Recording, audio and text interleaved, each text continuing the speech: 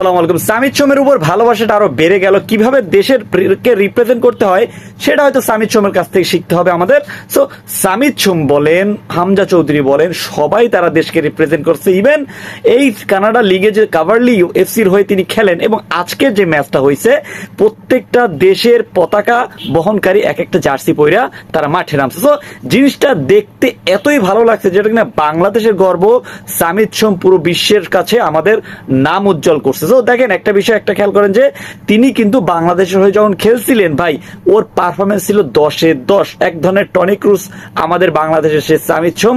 সব থেকে মজার বিষয়টি হচ্ছে সামিদ সোম জাস্ট একটা কথা বলছে যে ভাই বাংলাদেশকে আমি জিতাতে পারি নাই, এই কারণে আমি খুবই সরি, পরের ম্যাচে ইনশাল্লাহ আমি জিতাবো। সো এটাই হচ্ছে একটা দেশপ্রেমের জন্য, একটা দেশপ্রেমিক জন্য সব থেকে বড় একটা বিষয়, সেটা হচ্ছে সামিদ সোমকে বড্ড বেশি ভালোবেসে। এবং আপনার কাছে কেমন লাগছে আজকের এই দৃশ্যটা দেখলেই কিন্তু সবার চোখ মানে একদম ধাঁধা হয়ে যায়। তো আপনার কাছে কেমন লাগছে একটু কমেন্ট করে জানাই দিবেন। ধন্যবাদ।